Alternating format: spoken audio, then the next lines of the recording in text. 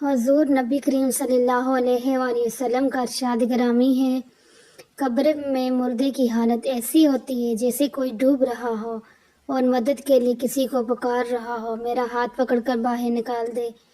چنانچہ وہ مردہ ہر وقت اس بات کا منتظر رہے کہ اس کے باپ کی طرف سے، اس کی ماں کی طرف سے یا اس کے دوست کی طرف سے اس کو دعا پہنچے۔ بس جب اسے کسی کی طرف سے دعا پہنچتی ہے تو یہ دعا پہنچنا اس کے لیے دنیا اور دنیا کی تمام چیزوں سے زیادہ محبوب ہوتا ہے، اور اللہ تعالیٰ قبر والوں کو دنیا والوں کی طرف سے دعا کا ثواب پہاڑ کی مان جانی بہت زیادہ پہنچاتا ہے، اور زندوں کی طرف سے مردوں کے لیے بہترین ہدیہ استغفار ہے۔ اس پر خود بھی عمل کریں اور دوسروں تک بھی پہنچائیں۔ کل آپ نے بھی مرنا ہے، آپ بھی اس چیز کے منتظر ہوں گے۔ آپ کے مرنے کے بعد بھی اگر کوئی آپ کی یہ بتائی ہوئی بات پر عمل کرے گا تو آپ کو قبر میں بھی ثواب ملتا رہے گا۔